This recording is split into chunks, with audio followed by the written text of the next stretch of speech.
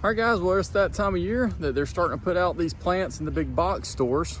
Might be inside, might be outside. You just need to keep your eyes open and make sure before you make that impulse purchase that you're doing a little bit of research and making sure that you're choosing the right variety, the right plant itself, as well as the right tree. Sometimes you can see things and think, oh, this is great.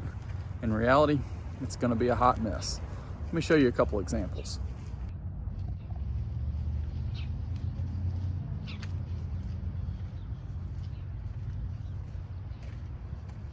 Here's a good example.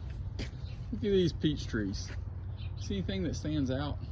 How about the way that this one's actually pruned up? Got some severe bias to one direction. Could you correct it? You most certainly could, but why would you do that when you could pick the same variety right next to it here and it's in a much better position? Now you might think, all right, now once I plant this, what do I need to do? In all actuality, at least with this one, you need to come in here and completely cut this out because you want that open vase shape. So you want to think about that. You also might see one like this. You're like, hey, hang on a second. This looks like a very strong tree. I might want something like that.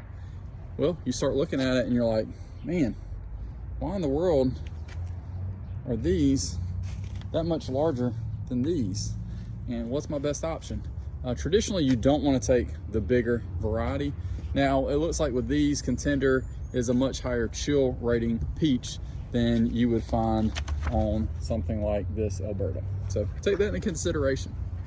Here's another great example. If you love red, delicious apples, bless your heart, as we say here in the South. But in reality, that is definitely not going to be what you want to plant here in Zone 8A. You want to find a variety that is much more native and it's going to taste a whole lot better. For instance, this Pink Lady would be a much better choice.